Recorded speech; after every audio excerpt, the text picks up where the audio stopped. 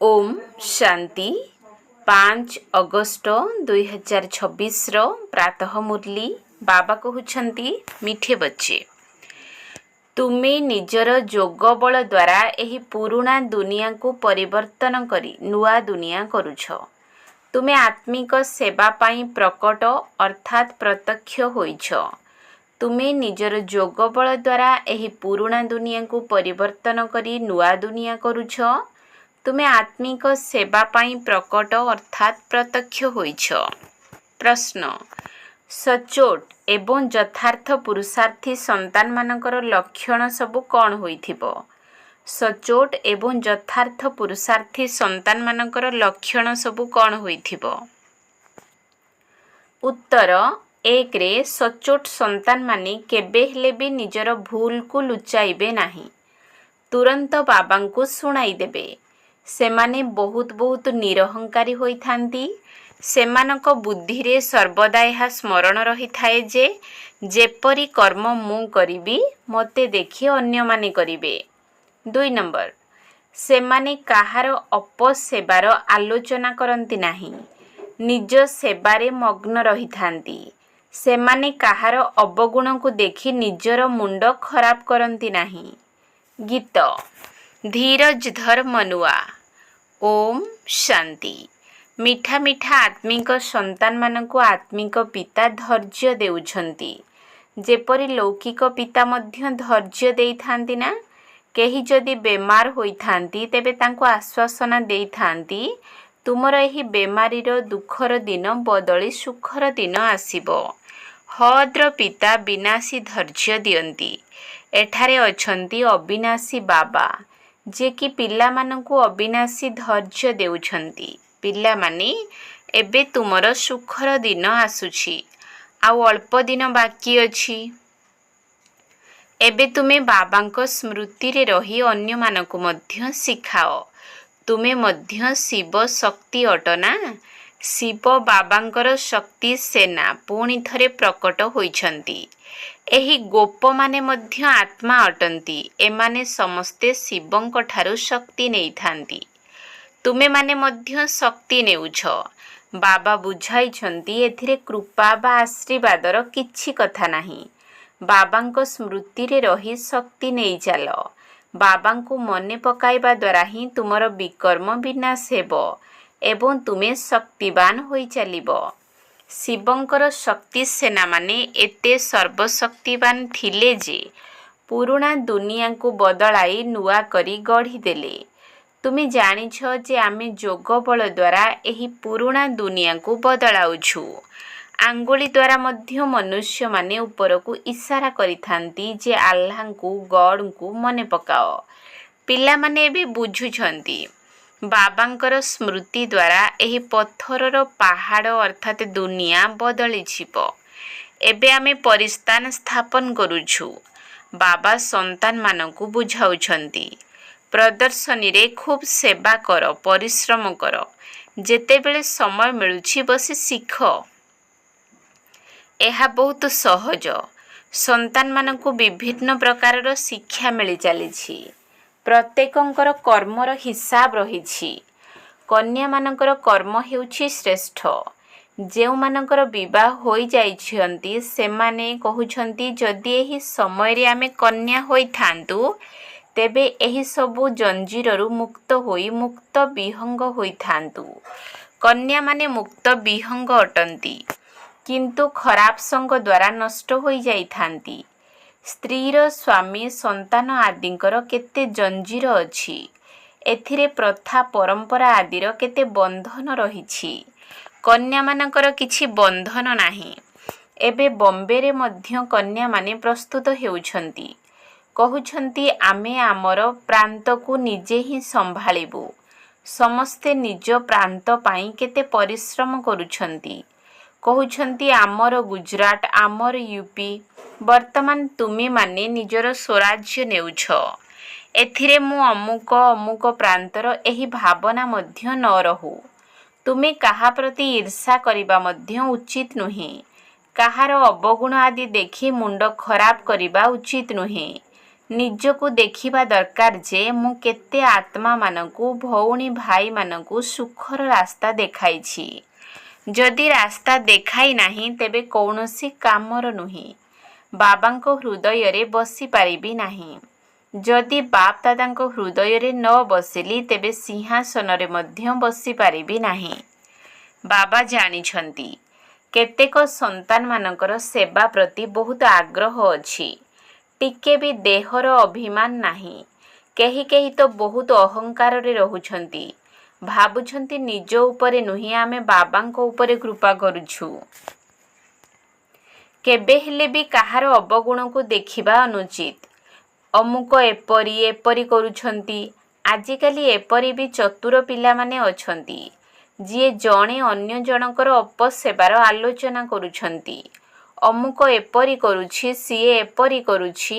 ଆରେ ତୁମେ ନିଜ ସେବା କର। ସେବାରେ ଲିପ୍ତ ରହିବା ହେଉଛି ବ୍ରାହ୍ମଣ ସନ୍ତାନମାନଙ୍କର କାମ।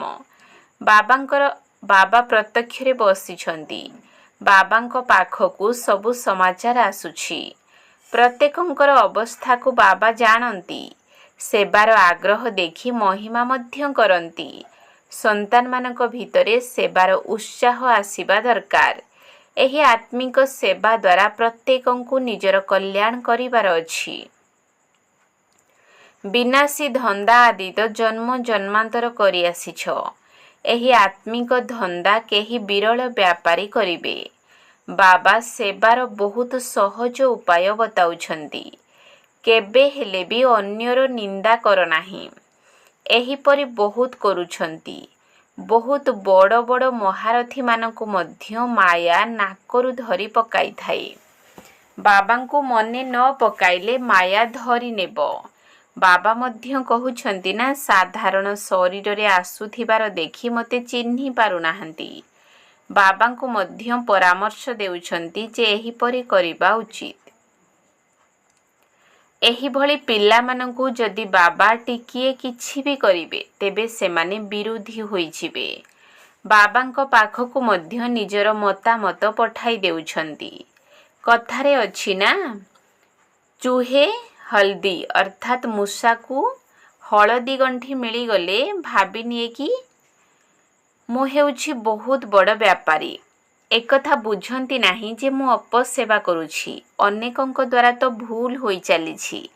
ବାକି ଅବସ୍ଥା କେବେ ଉଚ୍ଚ କେବେ ନୀଚ ଏହିପରି ଚାଲି ଆସୁଛି। ପ୍ରତ୍ୟେକ ନିଜ ଅବସ୍ଥାକୁ ଦେଖିବା ଉଚିତ। ବିବେକବାନ ସଚ୍ଚୋଟ ସନ୍ତାନମାନେ ନିଜର ଅବସ୍ଥା ବିଷୟରେ ତୁରନ୍ତ କହିଦେଇଥାନ୍ତି। କେହି ତ ନିଜର ଭୁଲକୁ ଲୁଚାଇ ଦିଅନ୍ତି। ଏଥିରେ ବହୁତ ନିରହଙ୍କାରୀପଣ ଦରକାର। ସେବାର ବୃଦ୍ଧିରେ ଲାଗିଯିବା ଉଚିତ। ସର୍ବଦା ଏହି ଧ୍ୟାନ ରହିବା ଉଚିତ। ମୁଁ ଯେପରି କର୍ମ କରିବି ମୋତେ ଦେଖି ଅନ୍ୟମାନେ କରିବେ। ଯଦି ମୁଁ କାହାର ନିନ୍ଦା କରିବି ତେବେ ଅନ୍ୟମାନେ ମଧ୍ୟ ତାହା କରିବାକୁ ଲାଗି ପଡ଼ିବେ। ବହୁତଙ୍କର ଏହା ସ୍ମରଣ ରହୁନାହିଁ। ବାବା ବୁଝାଉଛନ୍ତି ତୁମେ ନିଜର ସେବାରେ ଲାଗିଯାଅ। ନଚେତ୍ ବହୁତ ଅନୁତାପ କରିବ। ଶତ୍ରୁ ବି ବହୁତ ହୋଇଥାନ୍ତି। ତୁମେ ଏବେ ଶୂଦ୍ରରୁ ପରିବର୍ତ୍ତିତ ହୋଇ ବ୍ରହ୍ମା ମୁଖ ବଂଶାବଳୀ ବ୍ରାହ୍ମଣ ହୋଇଗଲ। ଯାହାଙ୍କ ଭିତରେ 5 ବିକାର ଅଛି ସିଏ ହେଉଛନ୍ତି ଅସୁର ସମ୍ପ୍ରଦାୟର। ତୁମେ ହେଉଛ ଦୈବୀ ସମ୍ପ୍ରଦାୟ। ତୁମେ ଦେବତା ହେବା ପାଇଁ ବିକାରଗୁଡ଼ିକ ଉପରେ ବିଜୟୀ ହେଉଛ। ଦେବତାମାନେ ତ ଏଠାରେ ନାହାନ୍ତି। ସତ୍ୟ ଯୁଗରେ ଦେବତାମାନେ ରହିବେ। ତୁମେ ଏବେ ଦୈବୀ ସମ୍ପ୍ରଦାୟର ହେଉଛ। ଏବେ ତୁମ୍ଭ ସନ୍ତାନମାନଙ୍କୁ ବୁଝାଇବା ପାଇଁ ସୁଯୋଗ ମିଳୁଛି। ପ୍ରଦର୍ଶନୀରେ ବୁଝାଇ ଚାଲ। ପ୍ରଦର୍ଶନୀ ମେଳାରେ ପ୍ରତ୍ୟେକଙ୍କର ନାଡ଼ି କିପରି ଅଛି ଜଣା ପଡ଼ିଯାଏ। ପ୍ରୋଜେକ୍ଟରରେ ତ କାହାକୁ ବୁଝାଇ ପାରିବ ନାହିଁ। ସମ୍ମୁଖରେ ବୁଝାଇଲେ ହିଁ ବୁଝିପାରିବେ। ପ୍ରଦର୍ଶନୀ ମେଳା ହେଉଛି ସବୁଠାରୁ ଭଲ ଜିନିଷ। ସେଥିରେ ଲେଖି ବି ପାରିବ। ପ୍ରଦର୍ଶନୀ ମେଳା ପ୍ରତି ଆଗ୍ରହ ରହିବା ଉଚିତ।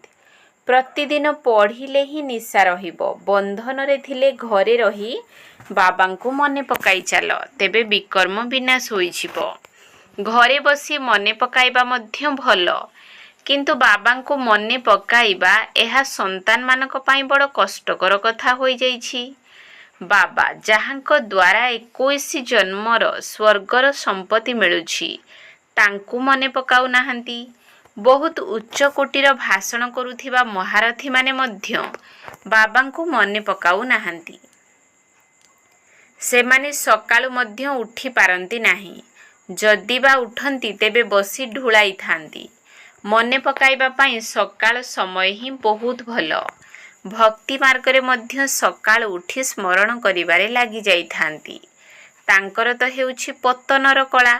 ଏଠାରେ ତ ଉନ୍ନତି କଳାର କଥା ରହିଛି। ମାୟା କେତେ ବିଘ୍ନ ପକାଉଛି। ସକାଳୁ ଉଠି ବାବାଙ୍କୁ ମନେ ନ ପକାଇଲେ ଧାରଣା କିପରି ହେବ? ବିକର୍ମ କିପରି ବିନାଶ ହେବ? ବାକି କେବଳ ମୁରଲି ଶୁଣାଇବା, ଏହା ତ ଛୋଟ ପିଲାମାନେ ମଧ୍ୟ ଶିଖିକରି ବୁଝାଇବାରେ ଲାଗି ପଡ଼ନ୍ତି। ଏହି ପାଠ ପଢ଼ା ବଡ଼ମାନଙ୍କ ପାଇଁ। ଏହା କେତେ ବଡ଼ ବିଶ୍ୱବିଦ୍ୟାଳୟ। ଆମକୁ କିଏ ପାଠ ପଢ଼ାଉଛନ୍ତି? ଏହି ନିଶା ପିଲାମାନଙ୍କର ରହୁନାହିଁ। ଯଦି ମାୟା କାହାକୁ ଧୋକା ଦେଉଛି ତେବେ ଆମେ ତାଙ୍କୁ ନ ଦେଖି ବାବାଙ୍କ ସେବାରେ ମଜି ରହିବା ଉଚିତ। ବାବାଙ୍କ ପାଖକୁ ସବୁ ସମାଚାର ଆସୁଛି। କେହି କେହି ଦେହ ଅଭିମାନରେ ଆସି ଭାବନ୍ତି ଯେ ଇଏ ଏପରି କରୁଛନ୍ତି, ଏମିତି କରୁଛନ୍ତି। ସେମାନେ ଅନ୍ୟମାନଙ୍କର ହିଁ ନିନ୍ଦା କରି ସମୟ ନଷ୍ଟ କରିଥାନ୍ତି। ତୁମର କାମ ହେଉଛି ସେବାରେ ରହିବା। ଯଦି ମନରେ କିଛି କଥା ଆସୁଛି ତେବେ ବାବାଙ୍କୁ ସୂଚନା ଦେଇଦେଲ, ବାସ୍। ପରଚିନ୍ତନ କରିବା ଉଚିତ ନୁହେଁ। ସନ୍ତାନମାନେ ସେବାରେ ଦିନ ରାତି ଲାଗି ରହିବା ଉଚିତ। ଏହା ହିଁ ତୁମର ଧନ୍ଦା ଅଟେ। ସବୁଦିନ ପ୍ରଦର୍ଶନୀରେ ଏହି କଥା ବୁଝାଅ ଯେ ଇଏ ଶିବ ବାବା, ଇଏ ପ୍ରଜାପିତା ବ୍ରହ୍ମା। କଳ୍ପ ପୂର୍ବେ ମଧ୍ୟ ପ୍ରଜାପିତା ବ୍ରହ୍ମାଙ୍କର ଗାୟନ ହୋଇଛି। ଶିବ ବାବା ପ୍ରଜାପିତା ବ୍ରହ୍ମାଙ୍କ ଦ୍ୱାରା ମନୁଷ୍ୟ ସୃଷ୍ଟି ରଚନା କରୁଛନ୍ତି। ଏପରି ନୁହେଁ କି ସୃଷ୍ଟିରେ ମନୁଷ୍ୟ ହିଁ ନଥିଲେ। ମନୁଷ୍ୟ ସୃଷ୍ଟି ରଚନା କରୁଛନ୍ତି, ଅର୍ଥାତ୍ କଣ୍ଟାକୁ ଫୁଲ କରୁଛନ୍ତି। ଶିବ ବାବା ବ୍ରହ୍ମାଙ୍କ ଦ୍ୱାରା ସୃଷ୍ଟି ରଚନା କରୁଛନ୍ତି। ତେବେ କ'ଣ ଉପରେ ସୃଷ୍ଟି ରଚନା କରିବେ? ବ୍ରହ୍ମା ତ ଏହିଠାରେ ରହିବେ ନା। କେତେ ସ୍ପଷ୍ଟ ଭାବରେ ବୁଝାଇ ଦିଆଯାଉଛି। ବାବା କହୁଛନ୍ତି, ମୁଁ ବହୁତ ଜନ୍ମର ଶେଷ ଜନ୍ମରେ ପ୍ରବେଶ କରି ମନୁଷ୍ୟମାନଙ୍କୁ ଦେବତା କରାଉଛି। ତେଣୁ ସନ୍ତାନମାନଙ୍କୁ ସେବାରେ ରାତି ଦିନ ପରିଶ୍ରମ କରିବାକୁ ହେବ। ଧନ୍ଦା ଆଦିରୁ କିଛି ସମୟ ବାହାର କରି ଏହି ସେବାରେ ଲାଗିଯିବା ଉଚିତ। ଏପରି ନୁହେଁ ଯେ ସମୟ ମିଳୁନାହିଁ। ଯଦି ବେମାରରେ ପଡ଼ିଗଲେ ତେବେ କ'ଣ କହିବ ଯେ ଫୁର୍ସତ ନାହିଁ? ତେଣୁ ପୁରୁଷାର୍ଥ କରିବା ଆବଶ୍ୟକ। ପ୍ରେରଣା ଦ୍ୱାରା କିଛି ବି ହୋଇପାରିବ ନାହିଁ। ଯଦି ଭଗବାନଙ୍କର ପ୍ରେରଣା ଦ୍ୱାରା କାମ ହୋଇପାରିବ ନାହିଁ ତେବେ ଅନ୍ୟମାନଙ୍କର ପ୍ରେରଣାରେ କାମ କିପରି ହେବ? ଭାବୁଛନ୍ତି ଯେ ଭଗବାନ କ'ଣ ନ କରିପାରିବେ? ମରିଯାଇଥିବା ବ୍ୟକ୍ତିକୁ ବଞ୍ଚାଇ ଦେଇପାରିବେ? ଆରେ ଭଗବାନଙ୍କୁ ତୁମେ କହୁଛ, ହେ ପତିତ ପାବନ ଆସ, ଆମକୁ ପତିତରୁ ପାବନ କର, ତା ଛଡ଼ା ଆଉ କିଛି କଥା ନାହିଁ। ଏହିପରି କ'ଣ କହୁଛନ୍ତି ଯେ ଆସି ମୁର୍ଦାରକୁ ବଞ୍ଚାଇ ଦିଅ? ସିଏ ହେଉଛନ୍ତି ପତିତ ପାବନ। ଭାରତ ପାବନ ଥିଲା ନା। ବାବା କହୁଛନ୍ତି, ମୁଁ କଳ୍ପ କଳ୍ପ ଆସି ପାବନ କରାଉଛି। ପୁଣି ମାୟା ଆସି ପତିତ କରାଉଛି। ଏବେ ପୁଣି ପାବନ କରିବା ପାଇଁ ମୁଁ ଆସିଛି। କେତେ ସହଜ କଥା ବତାଉଛନ୍ତି। ବୈଦ୍ୟ ଲୋକମାନେ ଜଡ଼ି ବୁଟି ଦ୍ୱାରା ବଡ଼ ବଡ଼ ରୋଗକୁ ମଧ୍ୟ ଠିକ୍ କରିଦିଅନ୍ତି। ତାପରେ ତାଙ୍କର ମହିମା ମଧ୍ୟ ହୋଇଥାଏ। କାହାକୁ ସନ୍ତାନ ବା ଧନ ମିଳିଲେ କହିବେ ଯେ ଗୁରୁଙ୍କର କୃପା ହେଲା। ଆଚ୍ଛା, ଯଦି ସନ୍ତାନ ମରିଗଲା ତେବେ କହିବେ ଭାଗ୍ୟରେ ଥିଲା। ଏବେ ଏହି ସବୁ କଥାକୁ ତୁମେ ସନ୍ତାନମାନେ ବୁଝୁଛ। ସନ୍ନ୍ୟାସୀମାନେ ପବିତ୍ର ହୋଇଥାନ୍ତି, ତେଣୁ ତାଙ୍କର ମହିମା ହୋଇଥାଏ। କିନ୍ତୁ ସେମାନେ ହେଉଛନ୍ତି ହଠ୍ ଯୋଗୀ। ସେମାନେ ରାଜଯୋଗ ଶିଖାଇ ପାରିବେ ନାହିଁ। ସେମାନେ ସନ୍ନ୍ୟାସୀ, ଆମେ ଗୃହସ୍ଥୀ। ପୁଣି ଆମେ ନିଜକୁ ତାଙ୍କର ଫଲୋଅର ବୋଲି କିପରି କହିପାରିବା? ବାବା ତ କହୁଛନ୍ତି ସନ୍ତାନମାନଙ୍କୁ ସମ୍ପୂର୍ଣ୍ଣ ଅନୁସରଣ କରିବାର ଅଛି। ମନ୍ମନା ଭବ। ମୋତେ ମନେ ପକାଇଲେ ତୁମେ ପବିତ୍ର ହୋଇଯିବ ଏବଂ ମୋ ସାଥିରେ ଘରକୁ ଯିବ। ମୁଁ ତ ସଦା ପବିତ୍ର ଅଟେ। ମନୁଷ୍ୟମାନେ ପତିତ କରିଥାନ୍ତି, ବାବା ଆସି ପାବନ କରୁଛନ୍ତି। ସେ ପବିତ୍ରତା, ଶାନ୍ତି, ସୁଖର ସାଗର ଅଟନ୍ତି। ତୁମକୁ ମଧ୍ୟ ଏହିପରି ଗଢ଼ୁଛନ୍ତି। ତୁମେ ଯୋଗ ବଳ ଦ୍ୱାରା ଆତ୍ମାକୁ ପବିତ୍ର କରୁଛ। ତୁମେ ଜାଣିଛ ଯେ ଆମକୁ ବହୁତ ସୁନ୍ଦର ଶରୀର ମିଳିବ। ମନୁଷ୍ୟକୁ ବାସ୍ତବରେ ଦେବତା କରିବାର ଅଛି। ଏପରି ନୁହେଁ ଯେ କେବଳ ଦେବତାଙ୍କର କପଡ଼ା ଆଦି ପିନ୍ଧିଦେବ। ତେବେ କ'ଣ ହେବ? ନିଜ ଉପରେ ସମ୍ପୂର୍ଣ୍ଣ ଧ୍ୟାନ ଦେବାର ଅଛି, ଯେମିତି ଦେହଭାନ ନ ଆସୁ। ବାବା, ଆମେ ତ ଆପଣଙ୍କ ଠାରୁ ସମ୍ପତ୍ତି ନେଇକରି ହିଁ ଛାଡ଼ିବୁ। ତୁମେ ମଧ୍ୟ କହୁଛ ଆମେ ଭାରତକୁ ନିଶ୍ଚିତ ଶ୍ରେଷ୍ଠାଚାରୀ କରି ଛାଡ଼ିବୁ। ନିଶ୍ଚୟ ବୁଦ୍ଧିମାନେ ହିଁ ଏହି କଥା କହିଥାନ୍ତି ନା। କେତେକ ତ କହୁଛନ୍ତି ଏତିକି ଅଳ୍ପ ସମୟ ମଧ୍ୟରେ କିପରି ହେବ। ବାସ୍ତବରେ ଏହି ସଂଶୟ କେବେ ହେଲେ ବି ଆଣିବା ଉଚିତ ନୁହେଁ। ସଂଶୟରେ ଆସିଲେ ପୁଣି ସେବାରେ ଅଳସୁଆ ହୋଇଯାଆନ୍ତି। ସମୟ ବହୁତ କମ୍ ଅଛି। ଯେତେ ହୋଇପାରେ ପୁରୁଷାର୍ଥ ଅଧିକ କରିବା ଆବଶ୍ୟକ। କେଉଁଠାରେ ଲଢ଼େଇ ଆଦିର କିଛି ହଙ୍ଗାମା ହୋଇଗଲେ ଦେଖିବ କେତେ ପରିଶ୍ରମ ଅର୍ଥାତ୍ ପୁରୁଷାର୍ଥ କରିବାରେ ଲାଗି ପଡ଼ିବେ। ଭାବୁଛନ୍ତି ଯେ ଯଦି ଆମେ ସମ୍ପୂର୍ଣ୍ଣ ବାବାଙ୍କ ସ୍ମୃତିରେ ନ ରହିବୁ, ସେ ସମୟରେ ତୀବ୍ର ପୁରୁଷାର୍ଥ ତ କରିପାରିବୁ ନାହିଁ। ସେ ସମୟରେ ତ ବହୁତ ବିପତ୍ତି ଆଦି ଆସିବ। ତେଣୁ ବାବା କହୁଛନ୍ତି ଯେତେ ଦୂର ସମ୍ଭବ ତୀବ୍ର ବେଗରେ ଆଗକୁ ବଢ଼ିଚାଲ। ଏହା ହେଉଛି ଆତ୍ମାମାନଙ୍କର ପ୍ରତିଯୋଗିତା। ବାବା କେତେ ସ୍ପଷ୍ଟ ଭାବରେ ବୁଝାଉଛନ୍ତି। ଲକ୍ଷ୍ୟସ୍ଥଳରେ ପହଞ୍ଚି ଅର୍ଥାତ୍ ବାବାଙ୍କ ଘରକୁ ଯାଇ ପୁଣି ନୂଆ ଦୁନିଆକୁ ଆସିବାର ଅଛି। ଏହା ବହୁତ ବଢ଼ିଆ ଦୌଡ଼ ପ୍ରତିଯୋଗିତା। ବାବା କହୁଛନ୍ତି ମୋତେ ଛୁଇଁ କରି ଅର୍ଥାତ୍ ମୂଳବତନକୁ ଯାଇ ପୁଣି ସ୍ୱର୍ଗକୁ ଆସିବାର ଅଛି। ଯିଏ ଯୋଗଯୁକ୍ତ ହୋଇ ରହିବେ ସେମାନେ ପ୍ରଥମେ ପ୍ରଥମେ ଆସିବେ। ଆଶା ରଖିଥାନ୍ତି ଆମେ ମୁକ୍ତିଧାମକୁ ଯିବା। ତେଣୁ ବାବା କହୁଛନ୍ତି ମୋତେ ମନେ ପକାଅ। ତାହା ହେଲେ ମୁକ୍ତିଧାମକୁ ଚାଲିଯିବ। ମୁକ୍ତିଧାମ ତ ସମସ୍ତଙ୍କର ପସନ୍ଦ। ପୁଣି ଅଭିନୟ କରିବା ପାଇଁ ଏଠାକୁ ଆସିବ। କାହାକୁ ବି ମୁଖ୍ୟ ମିଳୁନାହିଁ। ଈଶ୍ୱରୀୟ ଇତିହାସ ଭୂଗୋଳରେ ମୁଖ୍ୟର ଅକ୍ଷର ହିଁ ନାହିଁ। ଗୋଟିଏ ସେକେଣ୍ଡରେ ତୁମକୁ ଜୀବନ ମୁକ୍ତି ମିଳୁଛି। ଅନ୍ୟ ସମସ୍ତେ ମୁକ୍ତ ହୋଇଯିବେ। ଏହି ରାବଣ ରାଜ୍ୟରୁ ମୁକ୍ତ ହେବାର ହିଁ ଅଛି। ଯିଏ ପୁରୁଷାର୍ଥ କରିବ ସିଏ ଉଚ୍ଚ ପଦ ପାଇବ। ସନ୍ତାନମାନଙ୍କୁ ବହୁତ ମିଠା ହେବାର ଅଛି। ତୁମର ସ୍ୱଭାବ ବହୁତ ମଧୁର ହେବା ଉଚିତ। କ୍ରୋଧୀ ହେବାର ନାହିଁ। ଦୁର୍ବାସାଙ୍କର ନାମ ରହିଛି ନା। ଏହି ରାଜଋଷିମାନଙ୍କ ମଧ୍ୟରେ ବି କେତେକ ଏହିପରି ଅଛନ୍ତି। ସର୍ବଦା ନିଜ ହୃଦୟ ଉପରେ ହାତ ରଖିବା ଉଚିତ ଯେ ମୁଁ କ'ଣ କରୁଛି, ଏହାଦ୍ୱାରା ମୋତେ କେଉଁ ପଦ ମିଳିବ। ଯଦି ସେବା କରୁନାହଁ, ଅନ୍ୟକୁ ନିଜ ଭଳି କରୁନାହଁ, ତେବେ କି ପଦ ମିଳିବ? ଅଳ୍ପ ପ୍ରାପ୍ତିରେ ସନ୍ତୁଷ୍ଟ ହେବା ଉଚିତ ନୁହେଁ। ବାବା କହୁଛନ୍ତି ମୁଁ ସନ୍ତାନମାନଙ୍କୁ ସମ୍ପୂର୍ଣ୍ଣ ବାଦଶାହୀ ଦେବା ପାଇଁ ଆସିଛି। ତେବେ ସାହସ ରଖି ଦେଖାଇବା ଉଚିତ। କେବଳ କଥାରେ ତ ଚଳିବ ନାହିଁ। ବାବାଙ୍କ ସେବାରେ ତ ଅସ୍ଥି ମଧ୍ୟ ଦେବାର ଅଛି। ଏହିପରି ସେବା କରୁଛନ୍ତି ମଧ୍ୟ। କିନ୍ତୁ ଦେହ ଅଭିମାନ ଆସିବା ଦ୍ୱାରା ନିଶା ଆସିଯାଉଛି ଏବଂ ତଳକୁ ଖସି ପଡ଼ୁଛନ୍ତି। ମାୟା ମଧ୍ୟ କମ୍ ମଲ୍ଲଯୋଦ୍ଧା ନୁହେଁ। ବାବାଙ୍କ ଶ୍ରୀମତରେ ନ ଚାଲିଲେ ମାୟା ଯୁଦ୍ଧ କରିଥାଏ। ତେଣୁ ବାବାଙ୍କୁ ଛାଡ଼ି ଦେଇଥାନ୍ତି। ବାବା ସୁଖଧାମର ମାଲିକ କରାଉଛନ୍ତି। ତେଣୁ ନିଜ ପ୍ରତି ଦୟା ଆସିବା ଦରକାର। ବାବା ବହୁତ ସହଜ ପରାମର୍ଶ ଦେଉଛନ୍ତି। ମାୟାର ତୋଫାନ ତ ବହୁତ ଆସିବ, କିନ୍ତୁ ମହାବୀର ହେବାର ଅଛି।